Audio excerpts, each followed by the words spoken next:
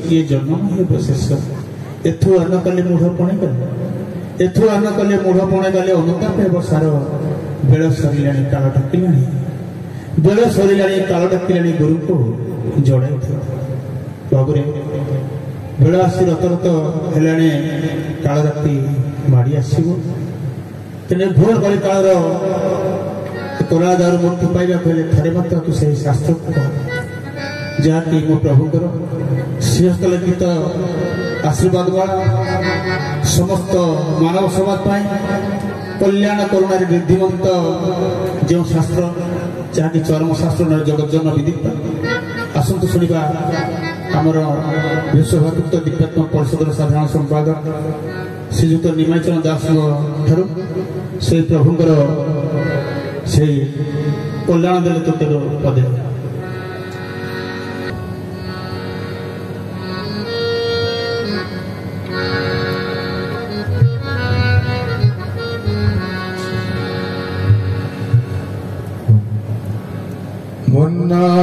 मुन्नाथ श्री चरमनाथ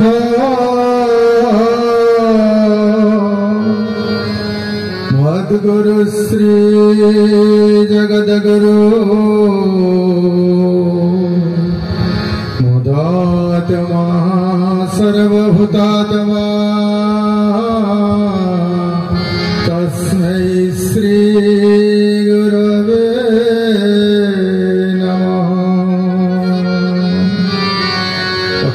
कोटि ब्रह्मांडर नायक श्री गुरुदेव स्वामी चरणारविंदे श्रीपादुका तले अनंत कोटि प्रणाम। विश्व भतृत्व दिव्यात्मा परिषद क्षितिज्योति आश्रम स्वर्णक्षेत्र महंगा उपस्थित समस्त गुरुभ्राता और गुरु भौणी मान को मोर हृदय सहित सत्सद सप्रेम गुरुस्वामी।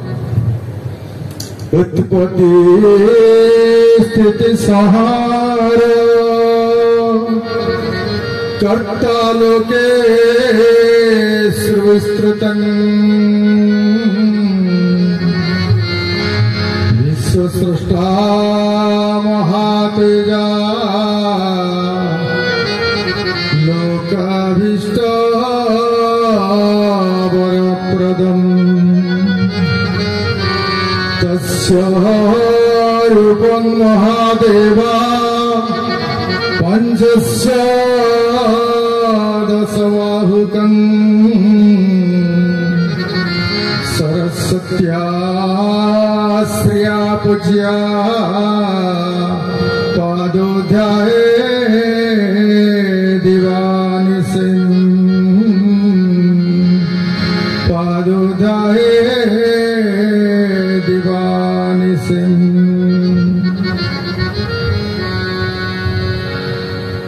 विशाल विशेषं निदान बीजं बलं वनेन विधिनिश्वसद्वै वसुन्धरावारि विमानवन्दे वसुन्धरावारि विमानवन्दे वायुस्वरूप प्रणवं विवन्दे वायुस्वरूप प्रणवं विवन्दे वायुस्वरूप प्रणवं विवन्दे। विशाल विशेष निदान बीज सारा सृष्टि जहां ठार सृष्टि होइछि ये सारा विश्व ब्रह्मांड को जे सृष्टि करिचंती जे निदान बीज उत्पत्ति स्थिति संहार कारण जो बीज से होचंती निदान बीज जहां को व्याख्या कले तांको ठार उत्पत्ति तांको ठार स्थिति तांको ठार संहार होई थाए से कारण जगतर बीज बा बीज प्रद पिता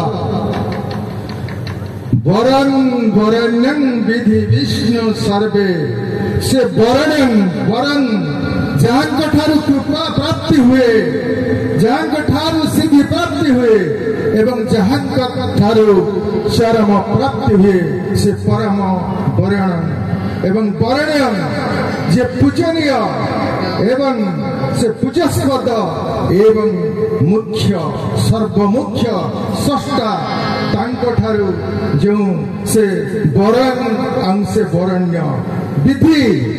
ବିଧିର ଅର୍ଥ ଯେ ପ୍ରଣାଳୀ ଯେଉଁ ପ୍ରଣାଳୀରେ ସଚରାଚର ଜଗତ ସୃଷ୍ଟି ହେଇଛି ଯେଉଁ ଧାରାରେ ସେଇ ପରମ ପୁରୁଷଙ୍କର ସ୍ୱୟଂ ସୂତ୍ରରେ ବନ୍ଧା ଏ ବିଧି ଯେ ବିଧି ଏବଂ ବିଷ୍ଣୁ ଯେ ସର୍ବଠାରେ ସକଳ ଘଟରେ ବିଦ୍ୟମାନ ବିଶ୍ୱ ବିଷ୍ଣୁ ବଶୋଦକାରଂ ଭୂତ ଭବ୍ୟଂ ଭବତ୍ ପ୍ରଭୁ ଭୂତକୁ ଭୂତ ଭାବଂ ଭୂତାତ୍ମଂ ଭୂତ ଭାବନଂ ସକଳ ଘଟରେ ସମସ୍ତଙ୍କ ହୃଦୟରେ ସେ ବିରାଜମାନ ପରମ ବିଷ୍ଣୁ ଏବଂ ବିଧି ବିଷ୍ଣୁ ଯେ ସ୍ୱୟଂ ଆଦିଶକ୍ତି ବା ସୃଜନାର ଶକ୍ତି ସେ ହେଉଛନ୍ତି ବିଧି ଆଉ ସେ ନିଜେ ହେଉଛନ୍ତି ବିଷ୍ଣୁ ବସୁନ୍ଧରା ବାରି ବିମାନ ବର୍ଣ୍ଣି ବସୁନ୍ଧରା ଯାହାକୁ ପୃଥିବୀ ତତ୍ତ୍ୱ କହୁଛେ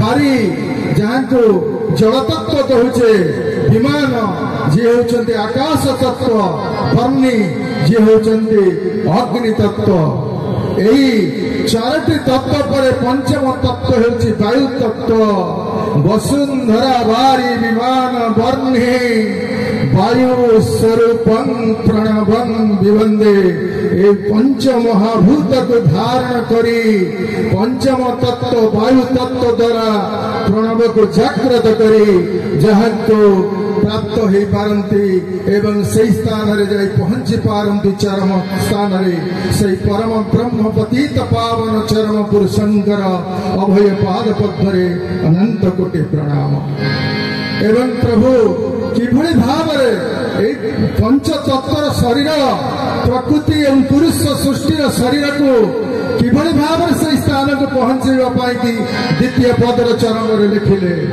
ମୂଳାଧାର କର୍ମଧାର ସ୍ୱାଧିଷ୍ଠାନେ ସ୍ୱାଧୀନ ମଣିପୁର ପୁରହିତ ଅନାହତ ପ୍ରବୀଣ ବିଶ୍ୱଧାରେ ସୁଭସିତ ଭାଗ୍ୟ ଚକ୍ର সহস্রার সারয়েক ব্রহ্মর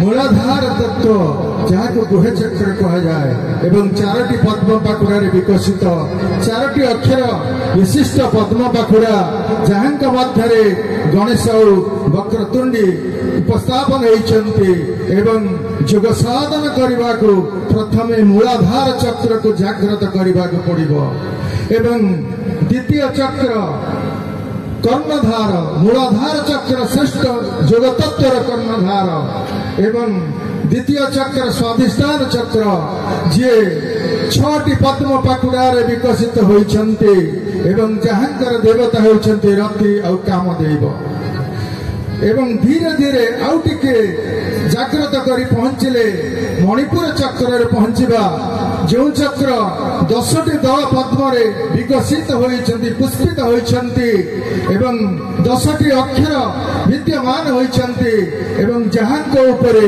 ବିରାଜମାନ କରୁଛନ୍ତି ବ୍ରହ୍ମା ଏବଂ ସାବିତ୍ରୀ ନାଭି ଚକ୍ର ଯେଉଁ ଚକ୍ରରେ ପ୍ରଥମେ ଓଙ୍କାର ପ୍ରଣବକୁ ଧାରଣ କରାହୁଏ ଓଂର ଅଯୁକ୍ତ ଉଯୁକ୍ତ ମ ତ୍ରିଯୁକ୍ତ ଅକ୍ଷରରେ ପ୍ରଣବ ବା ଓಂ ସୃଷ୍ଟି ଏବଂ ଏହି ମଣିପୁର ଚକ୍ରରେ ପବନକୁ ପ୍ରଥମେ ଧାରଣ କରି ତଦର୍ଥ ଦ୍ୱିତୀୟ ଚକ୍ର ବା ଚତୁର୍ଥ ଚକ୍ର ଯେଉଁ ଅନାହତ ଚକ୍ର କୁହାଯାଏ ସେ 12 ଦଳ ପଦ୍ମରେ ପୁଷ୍ପିତ ହୋଇଛନ୍ତି ଏବଂ 12ଟି ଅକ୍ଷର ଅଛନ୍ତି ଯାହାଙ୍କର ଅଧିଷ୍ଠାତ ଦେବତା ହେଉଛନ୍ତି ଲକ୍ଷ୍ମୀ ଓ ନାରାୟଣ ଏବଂ ସେଠି ପ୍ରଣବର ଦ୍ୱିତୀୟ ଅକ୍ଷରକୁ ଧାରଣ କରନ୍ତି ଉ ଏବଂ अयुक्त उ द्वितीय अक्षर प्रणव सूत्र एवं प्रणव सूत्र पवन को धारण करी तदुर्थ टिके ऊर्ध को गमन कले कंठ चक्र व विशुद्ध चक्र सेठी उपस्थित अछंती 16 दल पद्म पुष्पित होइछंती जहांकर 16टी अक्षर तांकर सही 16 दल पद्म परिपुष्टित एवं जहांकर अधिष्ठाती देवता होउछंती शिव एवं पार्वती तेणु से 16 दल पद्म म अक्षर वा ओंकार तृतीय अयुक्त उजुक्तम तृतीय अक्षर विराजमान आपण प्रणव कला बेले नाभि चक्र हाथ दियंतु अशब्द जेतबे करिवे आपण से नाभि चक्र थरी उठिब द्वितीय चक्र जाको आमे अनाहत चक्र कहूचे उ चक्र छाती ऊपर हाथ रखंतु सेतबे उ शब्द जेतबे आसीब से थरी उठिब एवं तृतीय चक्र कंठ चक्र जाको कहउचंती 16 दल पद्म परिपुष्टित म शब्द आसीब मकार आसीब सेठी तदर्थ आउ टिके आउ चारि आंगुल ऊपर को चली गले आमे ललाट चक्र रे पहुंचीबा जहांकर देवता होउचंती स्वयं प्रकृति एवं पुरुष वा नित्य राधा एवं नित्य कृष्ण जोठी विराजमान करी अछंती सही चक्र रे पहुंचले दुईटी अक्षर सेठी बसिचंती दुई दल पद्म रे सेठी आदि बा अनादि उपस्थित अछंती एवं तापर कहचंती विशुद्धरे शुद्ध चित आज्ञा चक्र अनुज्ञा सहस्रार सार एका ब्रह्म रंध्र प्रज्ञा सेउठारो सहस्र चक्र को आउ एक रंध्र अछि जो रंध्र रे आमे सहस्र दल रे पहुंची पारिबा एवं सेठी परम ब्रह्म को प्राप्त होई आमे समाधिस्थ होई परिबा चरम प्राप्तिर स्थान को आमे उपलब्धि करि परिबा अनुभव सूत्र रे सेई प्रभु चरम शास्त्र र स्रष्टा जे चरम पुरुष ये योग शास्त्र को दुई पदरे चरम रे संपूर्ण भाव रे प्राथमिक दुई पदरे योग सूत्र को उपस्थापन करिसंती जहांकर संतान आम्भेमाने तेणु से प्रभुंक चरणार बिंदरे अनंत कोटि प्रणाम आज चरम शास्त्र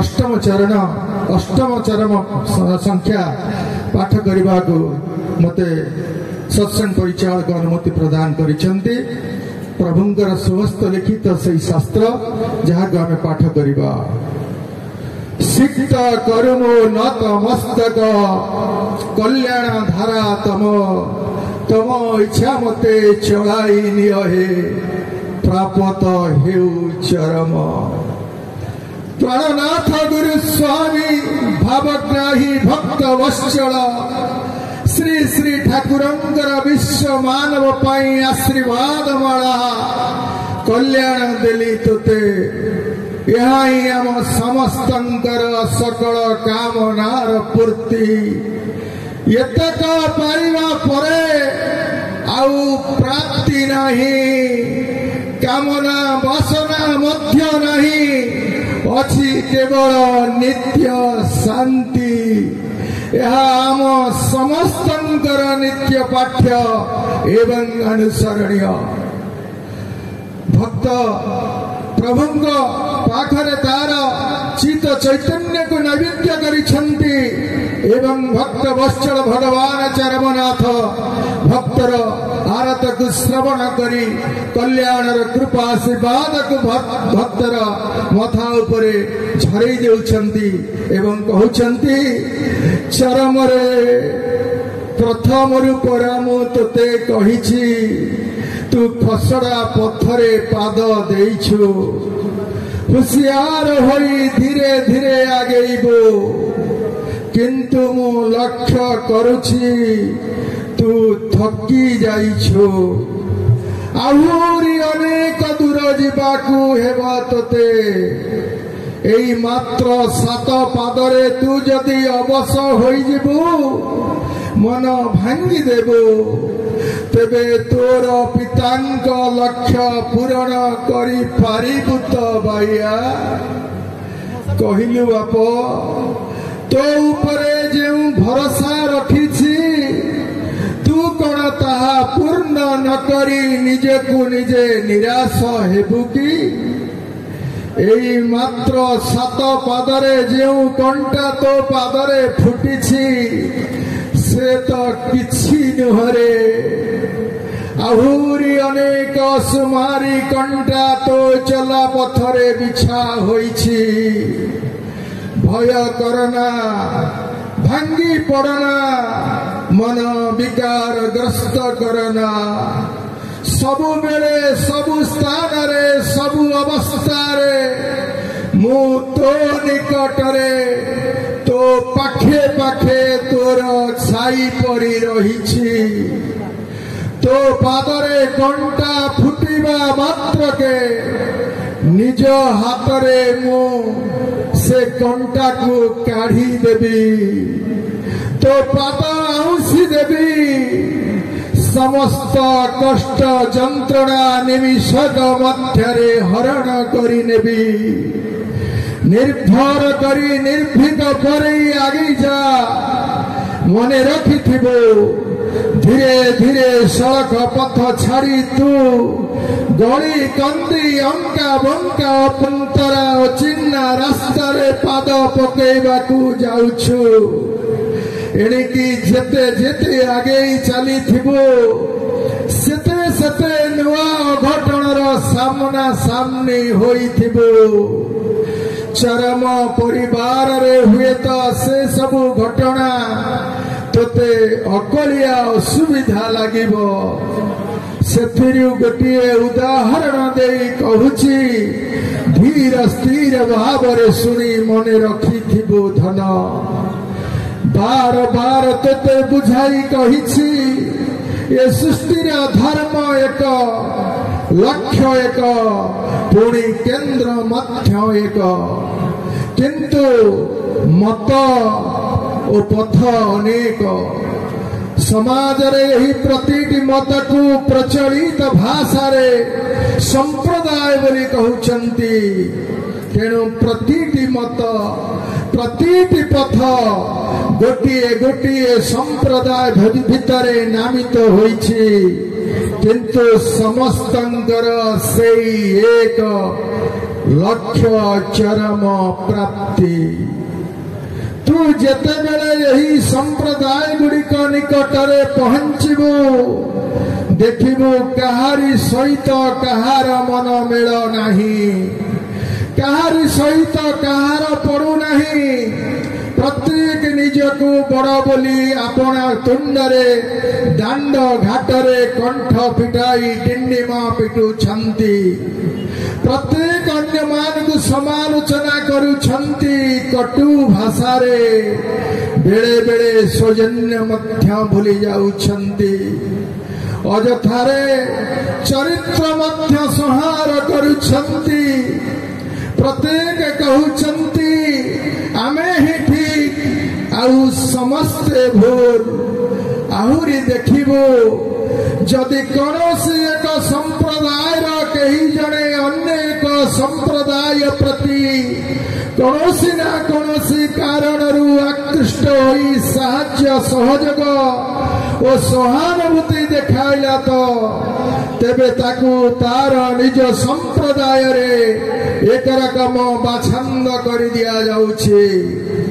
ଧର୍ମଦ୍ରୋହୀ, ଗୁରୁଦ୍ରୋହୀ, ଗୁରୁତ୍ୟାଗୀ ଇତ୍ୟାଦି ଦୋଷ ତା ମୁଣ୍ଡରେ ଲଦି ଦିଆଯାଉଛି। ଏସବୁ କେବଳ ଭୌତିକ ଜଗତର ଖେଳ। ଆଧ୍ୟାତ୍ମିକ ଜଗତର ଏସବୁ ଆଦୌ ନାହିଁ। ତୁ କଣ ଜାଣିନାହୁଁ ନା ଶୁଣିନାହୁଁ? ସର୍ବଦେବଂ ନମସ୍କାରଂ କେଶବଂ ପ୍ରତି ଗଚ୍ଛତି। ତମେ ଯାହାକୁ ପୂଜ, ଯାହାକୁ ନମସ୍କାର କର, ସେ ସବୁ ସେଇ ଏକ ଦ୍ୱିତୀୟ ନିରାକାର ବ୍ରହ୍ମ ହିଁ ସର୍ବଦା ସର୍ବଥା ଗ୍ରହଣ କରୁଅଛନ୍ତି। ଦକ୍ଷତାର ସହିତ ଦନ୍ତୁରିତ ପଥରେ ପାଦ ପକାଇ ଚାଲୁ। ସାମ୍ପ୍ରତିକ ସମାଜରେ ତୁ ଏହିପରି ହଟ ଚମଟ ଦେଖି କସ୍ମିନ୍ କାଳେ ବିଷାଦଗ୍ରସ୍ତ ହେବୁ ନାହିଁ। ବାପ ବିଚଳିତ ହେବୁ ନାହିଁ। ଧୀର ସ୍ଥିର ଭାବରେ ସକଳ ମାନ ଅପମାନ ବାଦ ବିସମ୍ବାଦ ବିବାଦ ଅପବାଦକୁ ପାସରି ଯାଇ ତୋ କାମରେ ଲାଗିଥିବୁ। କାରଣ ଏସବୁ ଖେଳ ପାଇଁ ସେମାନଙ୍କର କୌଣସି ତ୍ରୁଟି ନାହିଁ କି ବିଚ୍ୟୁତି ମଧ୍ୟ ନାହିଁ। ଏହିପରି ମନୋଭାବ ତାଙ୍କର ରହିବ ନିଶ୍ଚୟ। ଯୁଗେ ଯୁଗେ ଏହି ମନୋଭାବ ଲୋକ ସମାଜରେ ରହି ଆସିଛି ଏବଂ ଏବେ ବି ରହିବ ମଧ୍ୟ। ଏହାପରେ ସ୍ରଷ୍ଟା ପୁରୁଷଙ୍କର ଲୀଳା। ଏ ଲୀଳା ବଡ଼ ବିଚିତ୍ର। ପ୍ରତ୍ୟକ୍ଷ ଅନୁଭୂତି ବିନା ଏ ବିଚିତ୍ର ଲୀଳାର ଆଦି ଅନ୍ତ କଳନା କରିବା ସମ୍ଭବ ନୁହେଁ। ପୁରୁଷୋତ୍ତମର ସନ୍ତାନ ତୁ ପରା ନିଗମ ଘରର ପିଲାରେ। ସେ ଘରର ପାଠ ପଢି ସାରି ତୁ ଏଠାକୁ ଆସିଛୁ।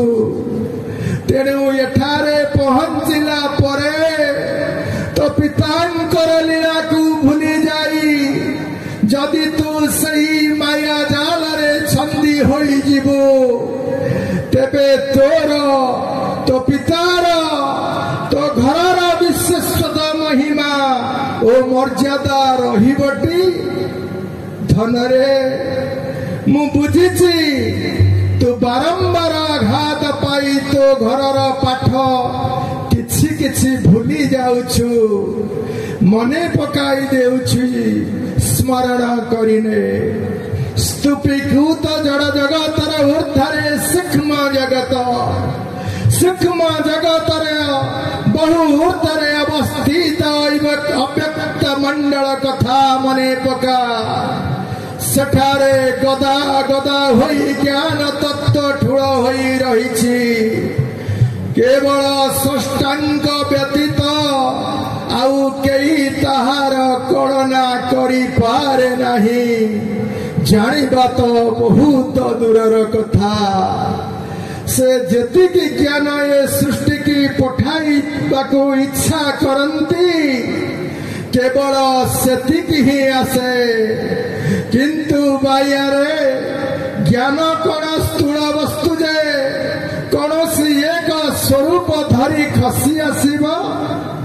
ସେଥିପାଇଁ ଜ୍ଞାନର ଆଧାର ରୂପେ ଜ୍ଞାନୀ ପୁତ୍ର ସୃଷ୍ଟି କରି ତାଙ୍କରି ମାଧ୍ୟମରେ ସ୍ରଷ୍ଟା ଏକ ନିର୍ଦ୍ଦିଷ୍ଟ ତତ୍ତ୍ୱ ଜ୍ଞାନ ଧରାଧାମକୁ ଏକ ନିର୍ଦ୍ଦିଷ୍ଟ ସମୟରେ ପଠାଇଥାନ୍ତି।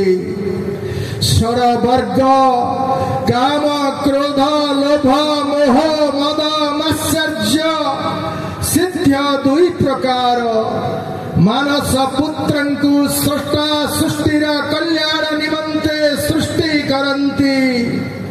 ସେ ମଧ୍ୟରେ ଦଳେ ତେଜଶୀଳ ଚେତନଶୀଳ ଓ ଅନ୍ୟ ଦଳେ କ୍ରିୟାଶୀଳ। ଚେତନଶୀଳ ସନ୍ତାନ ମାନେ ଅବ୍ୟକ୍ତ ଜ୍ଞାନ ମଣ୍ଡଳରୁ ଜ୍ଞାନ ତତ୍ତ୍ୱ ନେଇ ସିଧା ଓହ୍ଲାଇ ଆସନ୍ତି ଜନ୍ମ ସିଦ୍ଧ ହୋଇ। ସେମାନଙ୍କର ଆଉ କୌଣସି ସାଧନା ପ୍ରୟୋଜନ ହୁଏ ନାହିଁ।